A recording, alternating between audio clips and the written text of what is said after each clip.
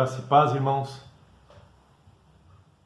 Vamos para mais uma aula de Escola Bíblica Dominical e vamos fazer uma oração, como de costume, para que o Espírito do Senhor, mediante a nossa fé, possa entronizar-se a cada um de nós e valer a pena o estudo da Palavra de Deus em mais esta manhã de domingo. Vamos fechar os nossos olhos e orar ao Senhor. Querido Deus, muito obrigado, Pai, por nos ajudar, nos fortalecer, que venhamos a buscar a Tua graça e a Tua misericórdia preciosa em nossas vidas, que possamos contar sempre com o Teu apoio, que possamos crescer na fé e em tudo que diz respeito à mesma, que possamos olhar firmemente para o Senhor, não para as circunstâncias do mundo que nos cercam, que possamos ajudar aqueles que precisam nas várias circunstâncias desta vida e nas várias necessidades que têm afligido muitas pessoas e que nisso possamos cumprir com o ID que o Senhor mesmo nos ordenou. Fica conosco agora nestes momentos mais uma vez, como sempre pedimos costumeiramente, e que o Senhor possa contemplar a cada um de nós segundo a Tua graça misericordiosa. E é no nome do Senhor Jesus que nós fazemos esta oração. Amém. Vamos então iniciar a parte 2 do tema que se iniciou no último domingo, denominado Fantasmas. Nós havíamos terminado os primeiros relatos com a história de Samuel, da aparição de Samuel, descrita lá no livro de 1 Samuel, capítulo 28, junto à médium, adivinha, de uma cidade chamada Endor. O curioso dessa história, todos vocês lembram ou podem revisar se for o caso, a parte 1, é que o inferno, segundo os hebreus e os judeus, o inferno é um local no fundo da terra, num buraco aonde habita Beelzebu e todos os seus comandados. O céu, então, é o oposto. E por tradição, nós sempre olhamos para o céu onde está Deus, acima. E na cultura popular, quando se fala em inferno, se olha para algum lugar, e esse lugar é as profundezas da terra. Neste sentido, em algum lugar.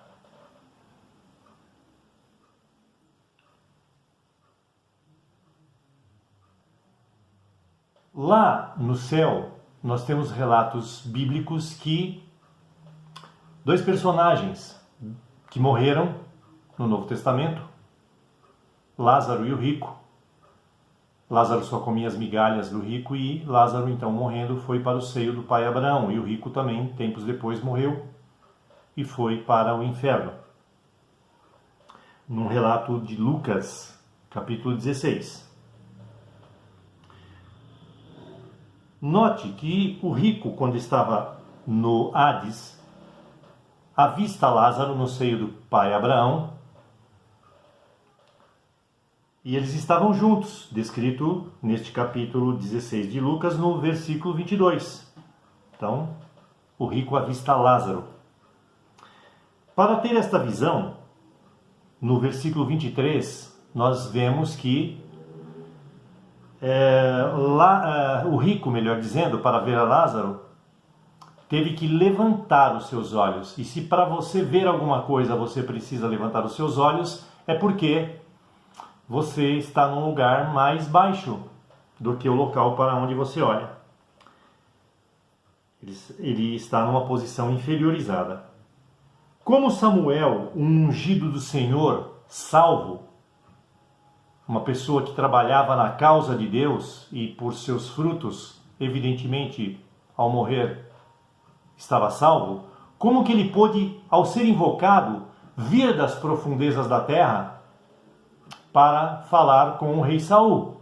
É muito estranho isso, quando você faz esta analogia, esta comparação. Fora isto, ninguém que morre tem ordem de Deus para dar consultas a quem quer que seja. Vejam, na Bíblia, a linguagem de hoje, cada pessoa tem de morrer uma só vez e depois ser julgada por Deus. Então, viveu, morreu, segue-se o julgamento desta alma, segundo Hebreus capítulo 9, versículo 27. Um outro versículo. Então ouvi uma voz do céu que dizia: escreva isto, felizes os que descem agora, ou melhor, desculpe, felizes os que desde agora morrem no serviço do Senhor. Sim, isso é verdade. Responde o Espírito de Deus. Eles descansarão dos seus trabalhos, porque levarão consigo o resultado dos seus serviços, segundo Apocalipse 14, 13. Então, depois que se findou esta vida, o que você fez para a causa de Deus está feito. O que você não fez, tarde demais. Não é mais possível regressar para consertar absolutamente nada ou fazer aquilo que foi deixado para trás. Para aquelas pessoas que nós citamos na parte 1 deste estudo, hoje estamos desenvolvendo a parte 2, eu citei pessoas que estavam, segundo o folclore, segundo o que dizem nas aparições de fantasmas na face da terra em alguns locais, pessoas que presenciaram a morte de uma pessoa e estavam lá os fantasmas delas reivindicando justiça para aquele evento que havia já passado. E aí há quem não concorde com isso. Ok? Sem nenhum problema. Não estamos defendendo aqui a existência real de fantasmas, de pessoas, na categoria fantasmagórica. Mas olha só o que nos diz a Bíblia. Eles gritavam com voz bem forte, assim: Senhor Todo-Poderoso, Santo e Verdadeiro, quando julgarás o povo da terra? Quando castigarás os que nos mataram? Aquelas pessoas que nos feriram mortalmente? Isso em Apocalipse 6:10. Então, subentendemos que as almas podem gritar e pedir justiça a Deus por terem sido tiradas desta vida antes do tempo pré-determinado por Deus para elas. Este relato é pela quebra do 5º selo apocalíptico. E João contempla estas almas que haviam anunciado a mensagem de Deus e tinham sido fiéis no seu testemunho, enquanto aqui estavam. Apocalipse 6:9 nos descreve isto em equiparação a esse folclore que nós citamos na parte 1 desse estudo.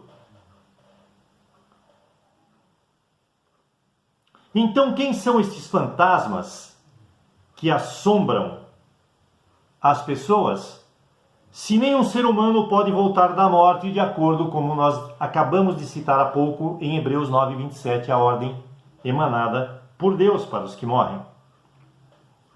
A palavra de Deus também nos adverte que os espíritos imundos vagueiam por este mundo em lugares áridos e secos, ou áridos secos, porque é o mesmo significado, procurando lugar para descansar.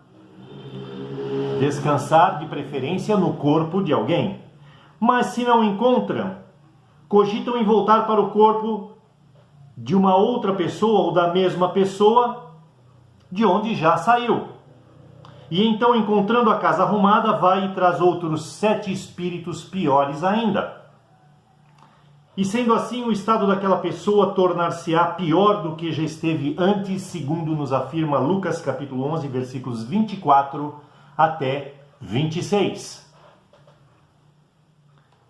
Sabemos biblicamente também que Satanás e seus anjos podem se transformar até em anjos de luz, segundo nos relata a segunda carta de Coríntios, capítulo 11, versículos 14 e 15. Nós sabemos que Satanás pode se transformar em um anjo de luz, porque na verdade ele não o é. Satanás, segundo o profeta Ezequiel, perdeu toda a sua formosura que ele possuía enquanto estava junto com Deus. Então Satanás se transformou numa figura horrenda, se você ler o livro de Ezequiel. Mas ele consegue novamente transformar-se, metamorfizar-se em anjo de luz, sendo que ele não é mais um. Quero aqui contar brevemente o relato de uma pessoa que disse, embora tendo uma religião cristã, ela foi em busca de um auxílio espírita, porque ela estava com saudades do marido que havia falecido. Então, driblando os dogmas cristãos da sua religião, ela resolveu falar com um médium espírita, e este então, sabendo da história, invocou o seu marido e falou: eu vou ver qual é o recado que ele tem para você. Eu estou sintetizando bem a história. Então ele põe a mão aqui assim, como médium, e começa a escrever os relatos do marido desta pessoa, que estava já lá na eternidade, e ele disse para ela que ele via o estado tristonho dela e agoniado pela sua falta, mas que ela não deveria se preocupar porque ele estava bem, estava se tratando num hospital e estava quase para receber alta deste hospital espiritual e alcançar a plena luz. E o curioso disso tudo, e ela relatou, era o meu marido que estava ali falando comigo do além, porque o meu marido, ele me chamava nos momentos que nós estávamos a sós, momentos de carinho. Meu marido me chamava de Pimpolinho, meu Pimpolinho, um exemplo, não sei se era esse o nome. E qual não foi minha surpresa, disse ela, quando o médium disse: o seu marido está lhe chamando pelo nome de Pimpolinho. E ela não disse isso para o médium. Quem foi que disse? Então nós temos fatos como esses que são verídicos, isso aconteceu. E ela então estava certa de que o espiritismo, embora ela tivesse uma outra religião, mas ela estava certa de que o espiritismo é um fato positivo do qual pode se valer para falar com os mortos. E biblicamente isso é impossível. Então, quem falou com ela? Alguém que se fez na figura de um fantasma, através de um médium contemporâneo. Igualzinho a médium de Endor, citada em 1 Samuel capítulo 28.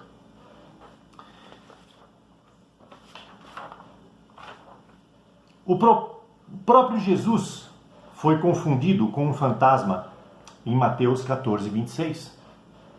Quando os discípulos viram Jesus andando em cima da água, ficaram apavorados e disseram: é um fantasma! E nós dissemos, ou escrevemos este versículo no finalzinho da parte 1 deste estudo. Se você olhar lá, você pode ver. Eles pensaram que Jesus era um fantasma. Para os negócios do mundo secular, sabe você o que são fantasmas? Não os negócios espirituais, mas os negócios deste mundo. Fantasmas nos tempos atuais é você ter que remar contra a maré por ser adepto daquilo que é certo, porque o certo passou a ser errado e o errado passou a ser certo. Isto é um tremendo fantasma. Fantasma é você conviver num país com um dos piores índices de desenvolvimento humano do mundo, que é o nosso caso. Fantasma é você pertencer a um país que ocupa o segundo lugar do mundo em pior distribuição de renda. Aqui quem é rico fica cada vez mais rico e os pobres ficam cada vez mais pobres. Fantasma é você ter mais de 1 milhão de mortes pelo coronavírus e mais de 33 milhões de pessoas contaminadas. E o seu país ser o segundo maior contribuidor disto neste ranking mundial, nesse score. Isto sem contar inúmeras outras possibilidades reais que temos em volta de nós no dia a dia. Isto pode nos causar assombro, muito assombro, estes fantasmas. E aí você vai dizer assim, mas fantasmas não existem, como se causa assombro? Você pode entender isto melhor quando você vê a definição da palavra assombro, que não se aplica apenas no mundo sobrenatural, mas também no mundo secular, como eu acabei de citar, e que pode significar causar espanto ou admiração. Isso é um assombro. Quando você fica espantado ou admirado com alguma coisa, você fica assombrado. Você pode usar esta palavra, não só quando você viu um fantasma, supostamente falando. Ou também pode estar ligado a pessoas ou coisas que causam medo, dúvida ou terror. Hoje, mais do que nunca, precisamos tomar cuidado com os muitos fantasmas que andam rodeando as igrejas também. Assim como aconteceu com os discípulos naquele barco em meio à grande tempestade, se não tomarmos certos cuidados, todos nós corremos os mesmos riscos dos apóstolos naquele dia tempestuoso, por estarmos com Jesus, falarmos com Jesus, andarmos lado a lado com Jesus e não reconhecermos Jesus, ou dizermos que ele é um fantasma, assemelhando-se àquele episódio. Assim como aconteceu com os discípulos naquele barco em meio à grande tempestade, podemos ter também este risco em nossas vidas.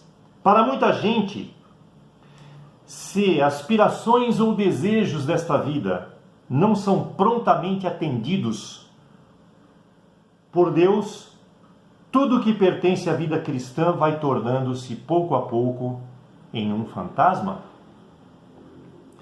Não sejais somente ouvintes, mas pratiquem a palavra, porque se alguém somente ouvir e não praticar, torna-se semelhante a alguém que contempla ao espelho o seu rosto natural, porque se contempla a si mesmo, e foi-se e logo se esqueceu de como é, ou seja, tudo tornou-se num lugar comum.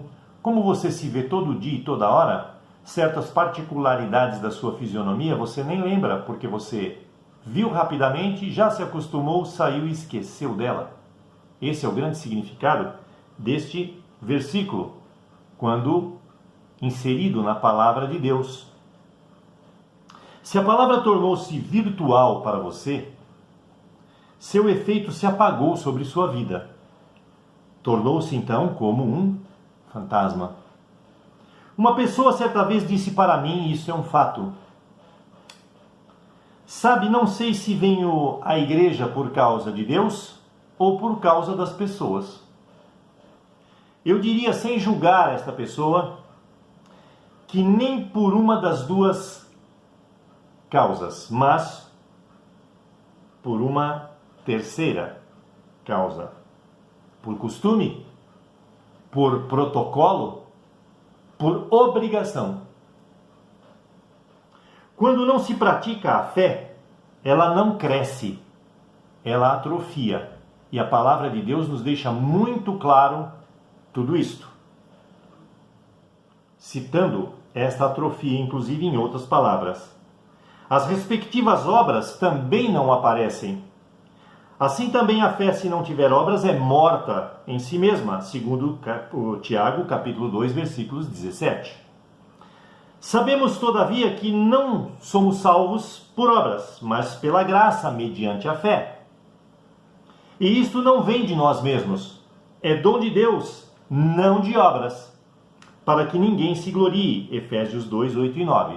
Se fosse assim, os ricos estariam numa vantagem muito grande, porque eles têm muitas possibilidades de fazer obras e mais obras, em detrimento daqueles que não têm dinheiro e ficariam privados de fazer obras mesmo que o quisessem. Então, isso não é humano, vem de Deus, é de cima para baixo e não de baixo para cima.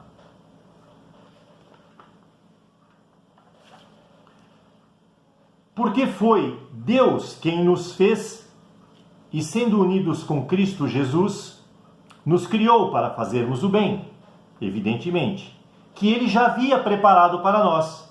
Efésios 2,10. Então, não estamos fazendo mais do que a obrigação quando tratamos de praticar o bem. Somos salvos, então, para as boas obras e não pelas boas obras.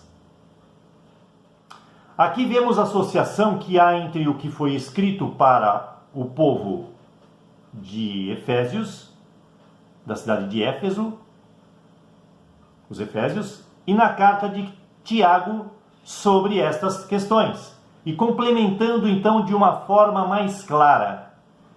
Se a fé prevalece sem as obras, acontece um fenômeno. Porque assim como o corpo sem o espírito está morto, assim também a fé sem ação está morta. Tiago 2, 26. E só neste caso é que nós podemos aplicar aquele jargão popular. Fé demais não cheira bem. Exatamente quando você aplica esta questão deste versículo aqui, associado ao de Efésios também. E só o que morreu pode tornar-se um fantasma teoricamente. Todos concordam, né? Assim é com a fé, as obras e tantas outras coisas como crenças, doutrinas, objetos, pessoas e até profecias que não se consolidam podem virar também fantasmas nas vidas de quem por elas aguarda. A própria salvação pode virar um fantasma também na vida de uma pessoa. Isso não é difícil, por isso aquele que está em pé precisa tomar cuidado para não cair. Pergunte para você mesmo, a exemplo de Mateus 14, 26, daquele texto do barco onde Jesus aparece como um fantasma. Pergunte para você, para mim Jesus é real ou também transformou-se num fantasma? Aqui nós terminamos o nosso estudo, parte 2 deste tema, e eu peço ao Senhor que esteja com cada um de nós, nos protegendo, nos dando sabedoria, nos dando perseverança, nos dando ou mantendo a nossa fé viva, com tudo que ela pode trazer de bom, para que esta nova semana que ora se inicia, possa ser de plena bênção e de plena vitória para cada um de nós que somos formadores da Igreja de Cristo. Até a próxima, se Deus assim o permitir. Deus vos abençoe.